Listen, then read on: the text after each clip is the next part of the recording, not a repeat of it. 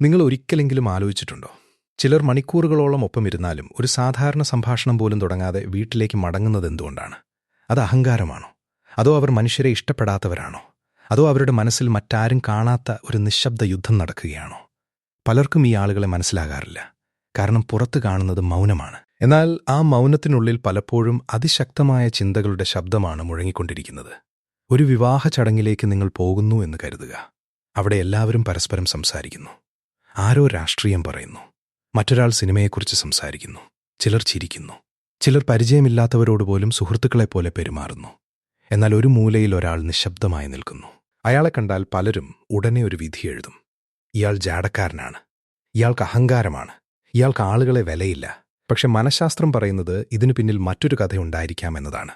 Small talk എന്ന് പറയുന്നത് വിവരങ്ങൾ കൈമാറാനുള്ള ഒരു മാർഗം മാത്രമല്ല. അത് സാമൂഹിക ബന്ധങ്ങൾ സുരക്ഷിതമാണോ എന്ന് തലച്ചോർ പരിശോധിക്കുന്ന ഒരു ചെറിയ പരീക്ഷണം കൂടിയാണ്. ചിലരുടെ തലച്ചോർ ഈ പരീക്ഷണത്തെ വളരെ എളുപ്പമായി കാണുന്നു. എന്നാൽ ചിലരുടെ തലച്ചോർ അതിനെ ഒരു അപകട സൂചന പോലെ കാണാൻ തുടങ്ങുന്നു.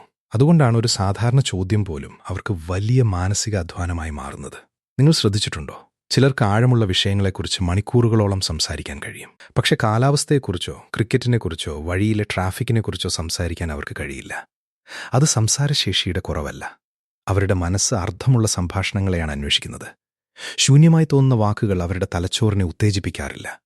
ന്യൂറോ സയൻസിൽ ഒരു രസകരമായ ആശയമുണ്ട്. എല്ലാ തലച്ചോറുകളും ഒരേ തരത്തിലുള്ള ഉത്തേജനത്തിൽ സന്തോഷം കണ്ടെത്തുന്നില്ല. ചിലർക്ക് പുതിയ ആളുകളെ കാണുന്നതും ചെറിയ തമാശകളും വേഗത്തിൽ ബന്ധം സ്ഥാപിക്കുന്നതുമാണ് സന്തോഷം നൽകുന്നത്. എന്നാൽ മറ്റു ചിലർക്ക് അതേ അനുഭവം ക്ഷീണമായി തോന്നാം. അവർ ഒരാളെ മനസ്സിലാക്കാൻ ആഗ്രഹിക്കും, ഒരു ജീവിതകഥ കേൾക്കാൻ ആഗ്രഹിക്കും, ഒരു യഥാർത്ഥ വികാരം പങ്കിടാൻ ആഗ്രഹിക്കും. അതുകൊണ്ട് സാധാരണ സംഭാഷണങ്ങൾ അവർക്ക് സമയനഷ്ടമായി തോന്നാൻ സാധ്യതയുണ്ട്. എന്നാൽ കഥ അവിടെ അവസാനിക്കുന്നില്ല. ചിലപ്പോൾ സ്മോൾ ടോക്ക് ഇഷ്ടമില്ലാത്തത് വ്യക്തിത്വം കൊണ്ടല്ല, പഴയ അനുഭവങ്ങൾ കൊണ്ടാകാം. ബാല്യത്തിൽ ഒരുപാട് തവണ പരിഹസിക്കപ്പെട്ട ഒരു കുട്ടിയെ ഓർക്കൂ. അവൻ എന്തെങ്കിലും പറഞ്ഞാൽ ക്ലാസ്സിൽ എല്ലാവരും ചിരിച്ചിരുന്നു. ഒരു തെറ്റായ ഉച്ചാരണം പോലും ദിവസങ്ങളോളം കളിയാക്കപ്പെട്ടിരുന്നു. വർഷങ്ങൾ കടന്നുപോയാലും ആ അനുഭവം തലച്ചോറിൽ മായാതെ കിടക്കാം. പിന്നീട് ഓരോ പുതിയ സംഭാഷണവും ആരംഭിക്കുന്നതിന് മുമ്പ് അവന്റെ മനസ്സ് ചോദിക്കും, വീണ്ടും അതേ അപമാനം സംഭവിച്ചാൽ എന്തു ചെയ്യും? മനുഷ്യന്റെ തലച്ചോർ ജീവനോടെ നിലനിൽക്കാൻ പഠിച്ച യന്ത്രമാണ്, സന്തോഷം കണ്ടെത്താൻ പഠിച്ച യന്ത്രമല്ല. ഒരിക്കൽ അപകടമായി അനുഭവപ്പെട്ട കാര്യങ്ങളെ വീണ്ടും ഒഴിവാക്കാൻ അത് ശ്രമിക്കും.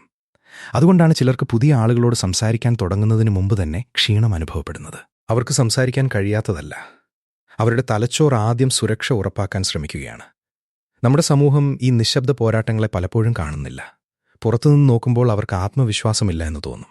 എന്നാൽ സത്യം ചിലപ്പോൾ നേരെ വിപരീതമായിരിക്കും. ചിലർക്ക് സ്വന്തം മൂല്യങ്ങളെക്കുറിച്ച് വ്യക്തതയുള്ളതുകൊണ്ടാണ് എല്ലാ സംഭാഷണങ്ങളിലും പങ്കെടുക്കാൻ അവർ തയ്യാറാകാത്തത്. ഓരോ നിമിഷവും എല്ലാവരെയും സന്തോഷിപ്പിക്കേണ്ട ബാധ്യത അവർക്ക് തോന്നുന്നില്ല. മറ്റൊരു കൗതുകകരമായ കാര്യം നിങ്ങൾ ശ്രദ്ധിച്ചിട്ടുണ്ടാകാം. ഒരേ വ്യക്തി ഒരു സ്ഥലത്ത് വളരെ നിശബ്ദനാകും. മറ്റൊരു സ്ഥലത്ത് അതേ വ്യക്തി മണിക്കൂറുകളോളം സംസാരിക്കും. ഇതെന്താണ് പറയുന്നത്? പ്രശ്നം സംസാരിക്കാനുള്ള കഴിവിലല്ല, സുരക്ഷിതത്വത്തിന്റെ അനുഭവത്തിലാണ്. മനസ്സ് സ്വീകരിക്കപ്പെടുമെന്ന് വിശ്വസിക്കുന്ന നിമിഷം വാക്കുകൾ സ്വാഭാവികമായി പുറത്തുവരും.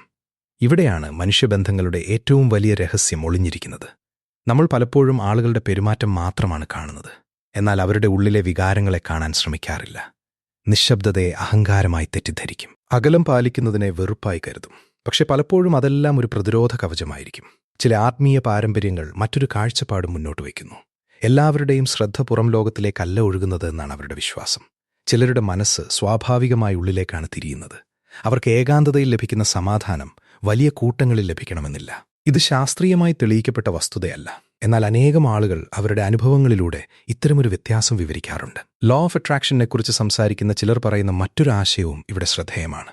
ഒരാൾ തന്റെ ഉള്ളിലെ വികാരങ്ങളുമായി പൊരുത്തപ്പെടാത്ത രീതിയിൽ നിരന്തരം ജീവിച്ചാൽ മാനസിക ക്ഷീണം വർദ്ധിക്കാമെന്നാണ് അവരുടെ വിശ്വാസം. എല്ലാവരെയും പോലെ പെരുമാറാൻ ശ്രമിക്കുന്നതിന് പകരം സ്വന്തം സ്വഭാവം മനസ്സിലാക്കി ജീവിക്കുമ്പോഴാണ് ഉള്ളിലെ സമാധാനം വർദ്ധിക്കുന്നതെന്ന് അവർ കരുതുന്നു.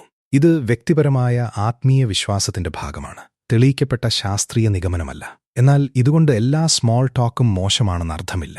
പല വലിയ സൗഹൃദങ്ങളും ജീവിതം മാറ്റിയ അവസരങ്ങളും ആരംഭിച്ചത് വളരെ ചെറിയ ഒരു സാധാരണ സംഭാഷണത്തിൽ നിന്നാണ്. ഒരു ലിഫ്റ്റിൽ നടന്ന ചെറിയ പരിചയം, ഒരു ബസ് യാത്രയിൽ തുടങ്ങിയ സംഭാഷണം, ഒരു ഓഫീസിലെ ചായ ഇടവേളയിൽ ചോദിച്ച ഒരു ലളിതമായ ചോദ്യം. ചിലപ്പോൾ ജീവിതത്തിലെ ഏറ്റവും വലിയ മാറ്റങ്ങൾ ആരംഭിക്കുന്നത് ഏറ്റവും ചെറിയ വാക്കുകളിൽ നിന്നായിരിക്കും. അതുകൊണ്ടാണ് ചിലർക്ക് ഉള്ളിലെ ഭയം മനസ്സിലാക്കുന്നതും അതേസമയം പുതിയ ബന്ധങ്ങൾക്കുള്ള വാതിൽ പൂർണ്ണമായി അടയ്ക്കാതിരിക്കുന്നതും ഒരുപോലെ പ്രധാനമാകുന്നത്. ഒരുപക്ഷെ നിങ്ങൾ സ്മോൾ ടോക്കിനെ വെറുക്കുന്നയാളല്ല, നിങ്ങൾ അർത്ഥമില്ലാത്ത ബന്ധങ്ങളെയാണ് വെറുക്കുന്നത്. നിങ്ങൾക്ക് വാക്കുകളേക്കാൾ സത്യസന്ധതയാണ് വേണ്ടത്. ശബ്ദത്തേക്കാൾ മനസ്സിലാക്കലാണ് വേണ്ടത്.